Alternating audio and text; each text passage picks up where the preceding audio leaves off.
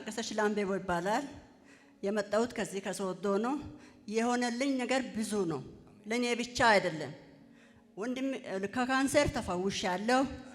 ግሩም በጣም ተጨንቄ እያለሁ ከብት አለኝ። ከ2013 ጀምሮ ከብቶቼ እያለቁ አንድ ከብት ብቻ ቀረች። ከዛ በኋላ ለራሴም 2015 በቃ ታመምኩኝ። ተስፋ ቆረጥኩ። ልጆቼ ታይ በቃ ከዚህ በኋላ አቅም የለሽም ታይ አሉኝ። አልተውም። እኔ ይሄን የጀመርኩት እግዚአብሔርን ጸልዬ ነው። ይሄ ምንጭ በሰው አይደለም፣ በዘር አይደለም፣ በማንም አይደለም፣ በልጆቼም አይደለም።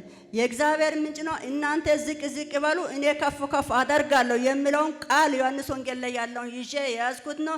እንዴት ሰይጣን ይታገላል እኔ ብዬ ከዛ ልጄም ተጨነቀ። ሌላ ቦታ ነው ያለው። ምንም አንተ አትልከም ጮጋራህም አይማም እኔ እሰራለሁ እግዚአብሔር ያሰረኛል እያልኩ ገስታውስ 2016 ታይሳስ 26 ላይ ልጄን ይዤ ሌላ ቦታ እሄዳለሁ አረካ እሄዳለሁ ብዬ ከቤት ወጥቼ እዛ ገባው። ከዛ ወዲህ እግዚአብሔር ይባረክ ሁሉ ነገር ተባርኮ ሁሉ ነገር ከብቶቼም ተባረኩ። እኔም ጤና አገኘው፣ ሰላም አገኘው። በቃ ያልሆነ ነገር የለም። እግዚአብሔር እንደው ረድቶኛል። ልጄ ስራ አጥቶ ያለው 2000 በዛ ገዝተውስ ገብቼ ከመጣው በኋላ ሰኞ ላይ ተጠርቶ ስራ ገባ። ሌሎችም አሁን ሌላውም በንግድ ስራ ተመርቆ የመጣው ቤት ቁጭ ብሎ ነበረ። እሱም ጸልያለሁ እግዚአብሔር ሆይ እኔ በማንም ፊት አልቆምም፣ ዘሬም አንተ ነህ፣ አዝማዴ አንተ ነህ፣ ጓደኛዬ አንተ ነህ እያልኩ ጸልያለሁ። እግዚአብሔር ረድቶ ይነግዳል። 2-3 ቦታ ሱቅ ከፍቶ ስራ እየሰራ ነው። ከዛ ሌላን ምንድነው ግሩም ጸለየልኝ። የጸለየው ሞት መንፈስ ይከተልሻል 2006 ላይ መጋቢት ወር ምንድነው የደረሰሽ አለኝ። ባለቤቴ በድንገት ሞቷል አልኩኝ። ያ መንፈስ ይከተልሻል፣ ከዚህ በኋላ እሱ መንፈስ አይከተልሽም አለኝ። ከዛ በኋላ ከብቶች አሉሽ፣ አሁን እነኚህ ከብቶች ከዚህ በኋላ ከሚሰጡት በላይ ይሰጣሉ፣ ይባረካሉ፣ አንቺም ትባረካለሽ፣ አንቺም ጤና ታገኛለሽ አለኝ። ኤዎ ጤና አግኝቼ እየሰራው ነኝ። ወንድሜ በጣም ታሞ ሞት ደረጃ ደርሶ እዚህ አመጣው። እዚህ አካባቢ ነበር ቁጭ ያለው። ከዛ በኋላ ሐዋርያው ጸለየ። አሁን እሱም ጤና አግኝቶ ንግድ ጀምሮ እየሰራ ነው። ሰውነቱ ሁሉ ተቀይሮ ባለቤቱም ጤና አግኝታ ልጆቹም አንዳንድ ቦታ ነው ያሉት። ለልጆችም አሁን ይጸልያል ሐዋርያው፣ ለልጆችም ይጸልያል። ለጌታ ክብር ይጨበጨባል። ኢየሱስ ጌታ ነው። ኢየሱስ ጌታ ነው። ኢየሱስ ጌታ ነው። ኢየሱስ ጌታ ነው። እንደዚህ ነው ያለችኝ። ምናልባት እናት ናቸው። 2009 ዓመተ ምህረት ጀምሮ በጡት ካንሰር ምክንያት ለረጅም ዓመታት ተታመም ነበር። በዚህ የጡት ካንሰር ለረጅም ዓመታት ስታመም ያልሞከርኩት ሕክምና ጣቢያ የለም፣ ያላወጣሁት ገንዘብ የለም፣ ያልሄድኩበት መድኃኒት የለም። ነገር ግን እያረፈ እየተነሳ ለ6-7 ዓመታት ተስፋ ባጣውበት ደረጃ ላይ እስከሚደርስ እታመም ነበር። መጨረሻ ላይ በኬሞ ደረጃ ሕክምና መውሰድ እንዳለብኝ ከሐኪሞች በሰማሁበት ማለዳ ነው ወደ ኢየሱስ ድንቅ ሥራ ዓለም አቀፍ ቤተክርስቲያን ወላይታ ሶዶ ገስት ሃውስ ሐዋርያው ጋር የሄድኩትኝ። ሐዋርያው ጋር ሲሄድ ሐዋርያው በዘይት ጸለየልኝና እንደዚህ አለ፣ ለሰው የማይቻል ለእግዚአብሔር ይቻላል። የቻልሽውን ያህል ሞክረሽ መፍትሄ ስላጣሽ መተሻል። ነገር ግን እግዚአብሔር ከዚህ ቀን ጀምሮ ለረጅም ዓመታት ከ2009 ዓመት ጀምሮ ያሰቃይሽ ያለውን ይህንን የጡት ካንሰር ከአንቺ ላይ ፈውሷል አለኝ። የሚገርማችሁ ነገር ወጥቼ እዛው ሕክምና የምከላከልበት ጣቢያ ሲሄድ ለረጅም ዓመት ላይ ተቀምጦ የነበረ የጡት ካንሰር ለአንዴና ለመጨረሻ ጊዜ ተነቅሏል አለች። ለጌታ ክብር ይጨበጨባል።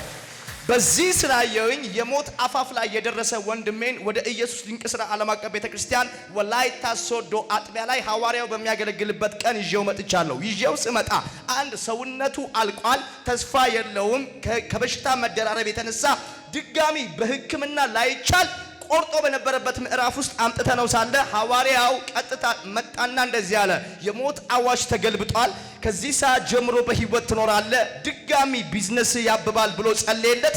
ከዛ ቀን ጀምሮ በላዩ ላይ የታወጀ 3 አይነት በሽታ ሲገለበጥ ከሞተበት ምዕራፍ ተነስቶ ድጋሚ ሰውነቱ ጤናው አብቦ አሁን ስራ እየሰራ ፍሬያማ ሆኖ ይገኛል አለች። ድጋሚ ለጌታ ክብር ይጨበጨባል። ሁለት ልጆቼ በስራ ማጣት ምክንያት አንዱ በቢዝነስ ተመርቋል፣ አንዱ በዶክትሬት ተመርቋል። ነገር ግን ለረጅም ዓመታት ስራ አልነበራቸውም። በኢየሱስ ድንቅ ስራ ዓለም አቀፍ ቤተክርስቲያን ወላይታ ሶዶ ገስታ ውስጥ በገባሁበት ሰዓት ሐዋርያው እንደዚህ ብሎ ነበር፣ ለልጆችሽ የስራ በር ተከፈተ ብሎ ጸልዮልኝ ነበር። የሚገርመው ለረጅም ዓመታት ተመርቀው ቤት ውስጥ ቁጭ ያሉ ልጆች ሐዋርያው በጸለየበት ማግስት ኑ ተብለው ተጠርተው የስራ በር ተከፍቶላቸው ስራቸውን እየሰሩ ይገኛሉ አለችኝ። ለጌታ ክብር ድጋሚ ይጨበጨባል። አንድ ልጄ ለጌታ ክብር ይጨበጨባል። አንዱ ትምህርት ላይ ነው። እሺ መጨረሻ ደግሞ ከብቶች ነበሩኝ አለችኝ። ክብር ለኢየሱስ ይሁን። ከብቶች ነበሩኝ አሉኝ። ከብቶች ነበሩኝ። እነዚህ ከብቶች ፍሬ አላገኘውባቸውም። ማለትም ፍሬ ማግኘት ብቻ አይደለም፣ እየሞቱ እየከሰሩ ሳሉ ወደ ኢየሱስ ድንቅ ስራ ዓለም አቀፍ ቤተክርስቲያን ወላይታ አጥቢያ መጥቼ ነበር። በሰዓቱ በዚህ ቦታ የሚያገለግለው ነቢይ ግሩም ነበር። አስነሳኝና እንደዚህ አለኝ፣ ማሚዬ ከዚህ ሰዓት ጀምሮ ከብቶችሽ ፍሬን ይሰጣሉ። ስኬት ያጣሽባቸው እነዚህ የአንቺ ላሞች ፍሬያማ ይሆናሉ ብሎ ጸለየልኝ። ከዛ ቀን ጀምሮ ከብቶቼ በቁጥር ሲበዙ ይሰጡት የነበረው ምርት ደግሞ ፍሬያማ ሆኗል ይላሉ። ለጌታ ክብር ይጨበጨባሉ።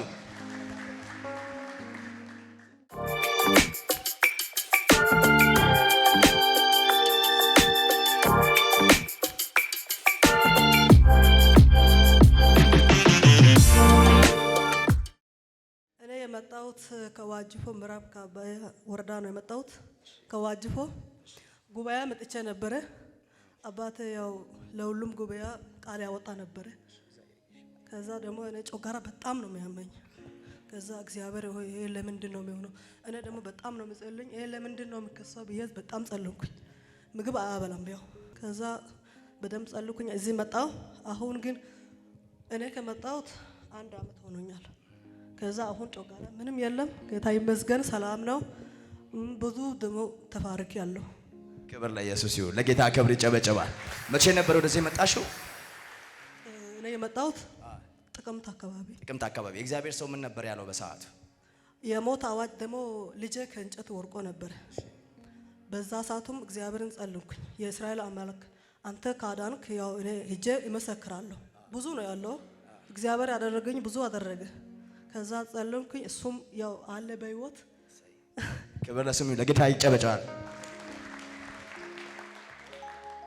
ክብር ለስሙ ይሁን። ለጌታ ክብር ይጨበጨባል። ልጇ ከእንጨት ላይ ወድቆ ነበረ።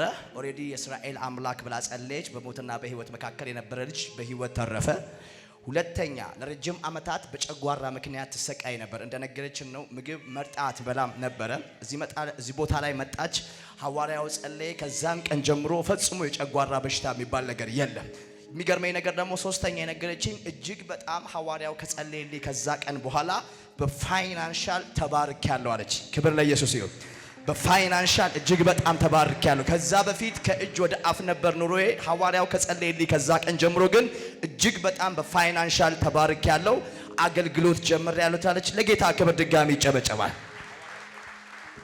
እኔ የመጣው ቡሎሶ ሶሬ ወረዳ ውስጥ አድማንቹ አርፊ ተቀበለ ውስጥ ነው የመጣው እና የሆነልኝ ነገር እግዚአብሔር በዳዲ በኩል ብዙ ባርኮኛል። ተባርክ ያለው 2016 የካቲት ወር ላይ ገስት ሃውስ መጣው ገባውና እኔ 1 2 3 የሚያክል ጥያቄ ይዤ ነው መጣው። እዛ በነበርበት ቦታ ላይ ሉትራን ቸርች ላይ ያገልገልኩ ብዙ በነብነት በኮይሮች መካከል አገልግዬ ሳለው ብዙ ሰዎች አስጨንቁኝ። አንደኛ ተማሪ ነኝ፣ ሁለተኛ በእርሻ ንግድም ይሰራለሁ እና ጥያቄ ይዤ መጣው ወደ አባቴ ጋር። ከዚህ በኋላ ወጣት ነኝ፣ ወስኜ ለመኖር እፈልጋለሁና በባሪያዬ በኩል አባቴ ሆይ ተናገር ብዬ መጣው። ስመጣ ወይ ነጋዴ ወይ ተማሪ ነህ፣ በትምህርት ቀጥል፣ ወይ እውነተኛ ነቢይ ነህ፣ ወንጌልን ይዘህ ዓለምን ትዞራለህ ካለኝ በሱ በኩል ተናገር ብዬ መጣው። እንደመጣው የእግዚአብሔር ሰው እንደዚህ አለ። ገስት ሃውስ ላይ እንደዚህ አለ፣ አንተ ታላቅ ነቢይ ነህ፣ በነብነት ቀጥል፣ ምንም ብትሰራ ብትማርም ከዚህ በኋላ ትርፋማ አትሆንም፣ በነብነት ቀጥል፣ እግዚአብሔር በብዙ ነገር በኢትዮጵያ ምድር ላይ ከኢትዮጵያ ውጪ ላይ ይባርካልና ቀጥል አለ።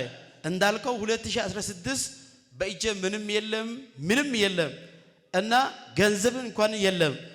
መጣውና ሄድኩኝ ድምጽ ሰምቼ ሄድኩኝና ፖስተር ይዤ አወጣው በራሲ ራይ ጀመርኩት። ከዛ 2016 በዚያን ሰዓት ሲጀምር ብዙ ጦርነት በኔ ላይ ተነሳ። ብዙ ሰዎች ገፉ፣ ብዙ ሰዎች አሉ በቃ እኔ ጥዬ እስከሚተው ድረስ ተናገሩ። ነገር ግን እግዚአብሔር እንደተናገረው ወስኜ ጀመርኩት። አንተ ተናግራልና ሰምቼ ያለውና ጀምር ያለና አንተ ከኔ ጋርንና አልፈራም ብዬ እንደጀመርኩ አሁን 2017 አሁን ግንቦት ወር ላይ አንደኛ በሰዓቱ ምንም የለም ሎተሪ ቆረጥኩ። በእጄ ዲስከቨር ሞተር ሰጠኝ። ሶስተኛ ደስ ያለው ለጌታ ክብር እልልታ ጭብጨባ። ህዝቡ ብዙ ሰዎች እንደ ሐዋርያ ጋር ይመጣሉ። በአንድ ቤት ቃል ተፈውሶ በካንሰር በተለያዩ በሽታ ተፈውሶ እንደዚህ በመድረክ ይመሰከራሉ። የራስ ግል አሁን ፕሮግራም አለ ቅዳሜና ሰኞ እና በሰዓቱ የመጡ ሰዎች ብዙ ሰዎች ይፈወሳሉ፣ ይባረካሉ። ቃል ሲያወጣ በራቸው ይከፈታል። ብዙ ሰዎች እኔ እንደተናገርከው በአንድ ቤት ቃል ብዙ ሰዎች ውጭ ሀገር ሄዷል እና በሰዓቱ ምንም የሌለ ሰው አሁን ብዙ ሳውንድ ሲስተም ሙሉ እግዚአብሔር ከነ ኪቦርድ ሰጥቶኛል። ተባርክ ያለው ደስ ያለው ለጌታ ክብር።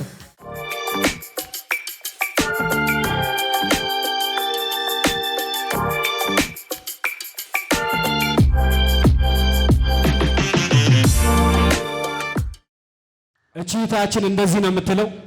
ለ3 ዓመት ሙሉ ኩላሊቴን ሁለቱን ኩላሊቶቼን በጣም ያመኝ ነበር፣ እጅግ በጣም እሰቃይ ነበር።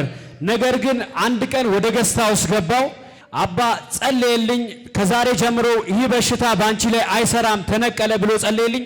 ከዛች ቀን ከወጣው ጀምሮ ኩላሊት በሽታ በኔ ላይ የለም ትላለች። ለጌታ ክብር እልልታ ጭብጨባ። ሁለተኛ ደግሞ እንደዚህ ትላለች። የዚህ ልጅ ታላቅ መጽሐፍ ማንበብ አይችልም፣ ትምህርት አይገባውም ነበር።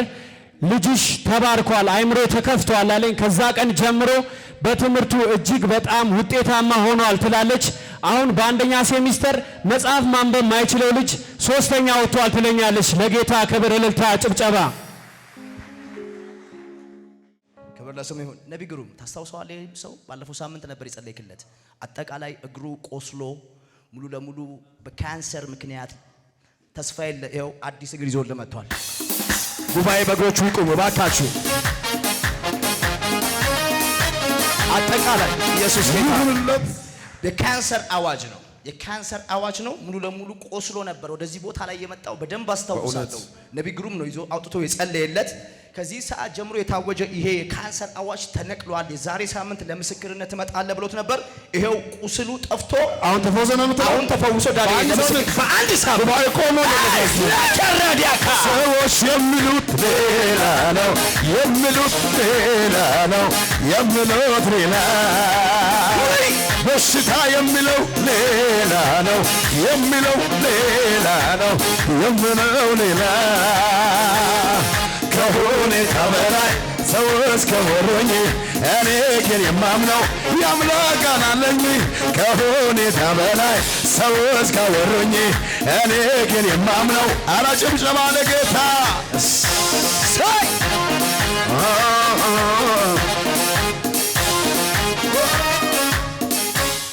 እናት እንደዚህ ብለውኛል። ለረጅም ዓመታት ለ13 ዓመት ሙሉ እግሬ አይረግጥም ነበር። ማለትም ሙሉ ለሙሉ እግሬ አይረግጥም ነበር። ወደዚህ ቦታ ላይ መጣው። የእግዚአብሔር ሰው ጸለየልኝ። ከዛ ቀን ጀምሮ ለ13 ዓመት የማይረግጥ እግሬ በምርኩስ መሄድ እኔ ነፃ ሆኜ መንቀሳቀስ ጀምራለሁ። ለጌታ ክብር እያጨበጨበን የእግዚአብሔር ሰው ወደዚህ እንጋብዛለን። ክብር ክብር